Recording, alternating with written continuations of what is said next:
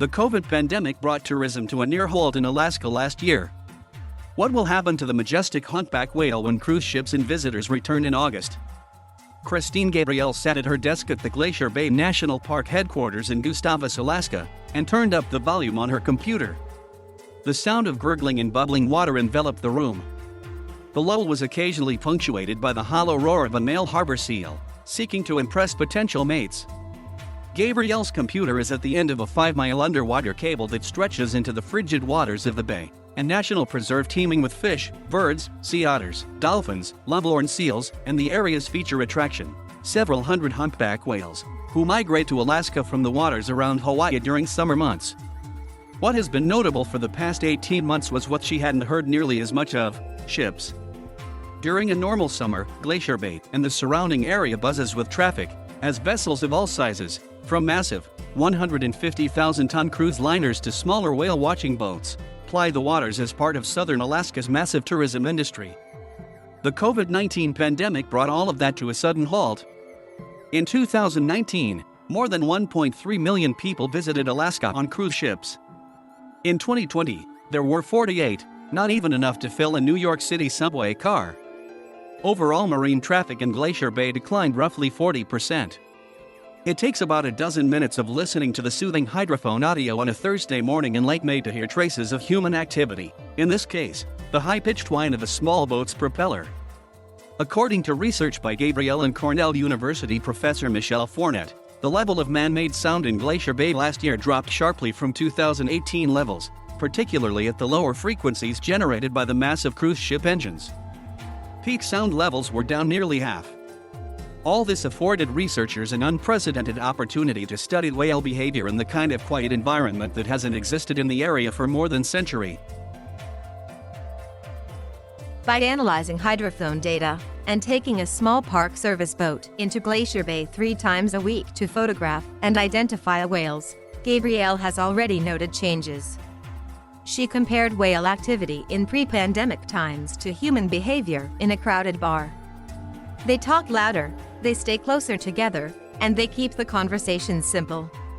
Now, the humpbacks seem to be spreading out across larger swathes of the bay.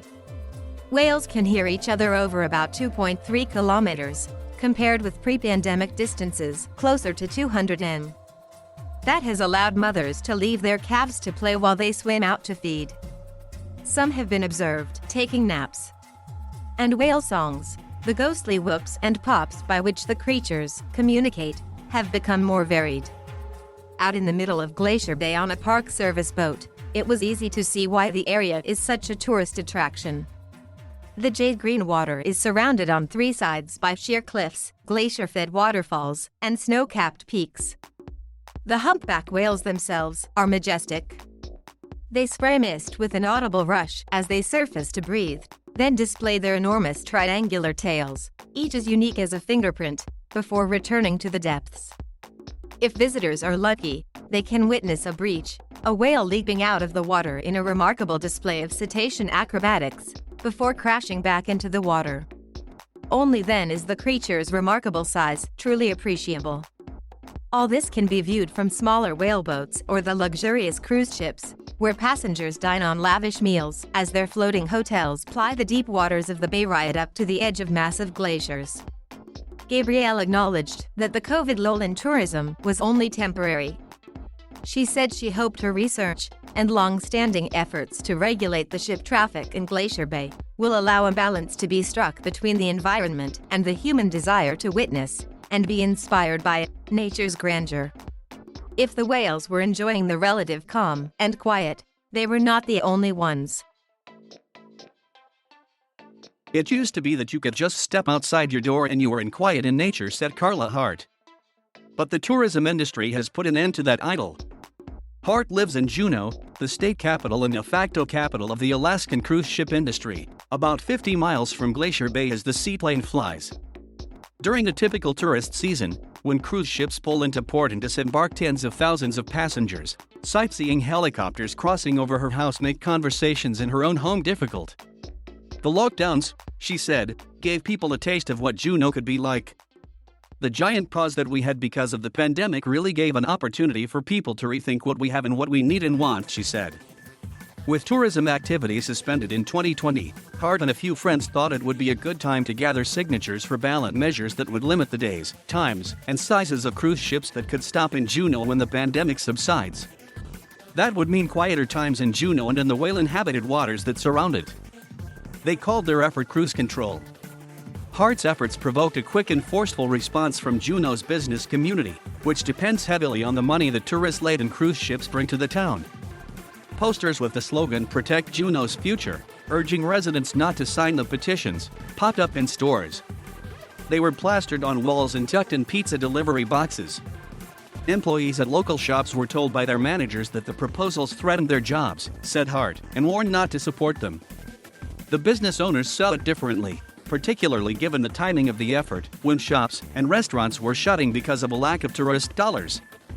These are people that should be supporting us, trying to lift us out of the hardest 15 months of my entire life, said Laura Martinson, who owns Caribou Crossings, a gift shop across from Juneau's cruise ship terminal.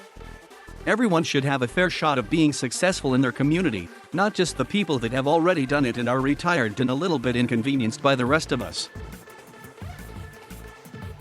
In the end, Hart's petition drive failed. She wouldn't disclose by how many signatures she came up short, leaving Martinson and the rest of the Juneau business community hopeful that the return of the cruise ships will be their financial lifeline. If the benefits and hidden costs of the cruise ship industry have been a source of contention and concern in Juneau, there has been rare unanimity on the other side of America. At the U.S. Capitol, Democrats and Republicans brokered a deal in May to allow foreign-flagged cruise ships to travel directly from Seattle to Alaska without a previously required stop in Canada, whose ports have been closed because of COVID restrictions. When President Joe Biden signed the Alaska Tourism Restoration Act at a closed White House ceremony, Press Secretary Jen Psaki heralded it as an example of the critical bipartisan work Congress can do. The legislation is a positive in our view because it helps reinvigorate an industry that accounts for a great number of jobs in Alaska, jobs that have been on hold for the past year, plus, she said. The move was one of the few bipartisan accomplishments of the early months of the Biden administration. They want this state to turn into a giant national park, the Republican said. We are always trying to balance environmental safeguards with the opportunity to grow our economy and employ our citizens, and it's a balance we're quite good at. With the legal hurdles out of the way, the major cruise ship lines have just started returning to Southeast Alaska for a shortened 2021 schedule. The first Royal Caribbean liner, the 2,580-passenger Serenade of the Sea, arrived in July. Holland America, Celebrity, Princess, Norwegian and Carnival are all scheduled for the weeks ahead, totaling tens of thousands of arriving tourists for the month of August. Martinson, the Juneau gift shop owner, was planning how many balloons to put out for cruise visitors. For other businesses, the abbreviated tourist season may not be enough. Holly Johnson owns a seaplane company that flies cruise visitors from downtown Juneau to a lodge near a massive glacier field. On a normal summer, she runs 9 flights of 50 people each day. This year, she decided insurance costs and the risks of weather cancellations were too great to operate on an abbreviated schedule. She says she'll be back next year, but the shutdown will haunt her until then.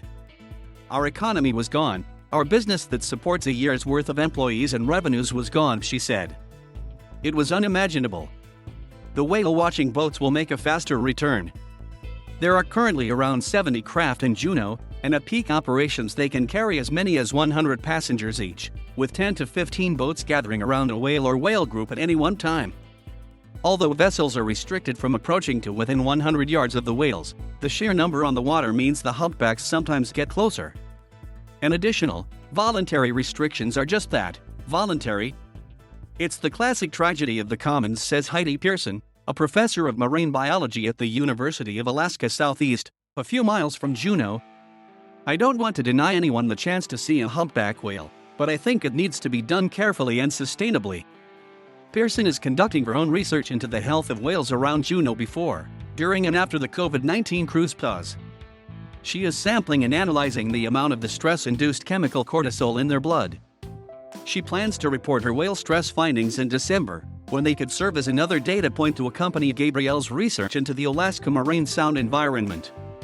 It has the potential of providing tangible evidence on the impact tourism has on whales, and, perhaps, a warning of the threat human activity may have on some of the largest mammals in the world. Tourism is important to Juneau's economy, and we love to share this place with others, she said. But it's not good for anyone, the whales or the whale watching companies or the conservationists, if the whales feel too much pressure and they leave.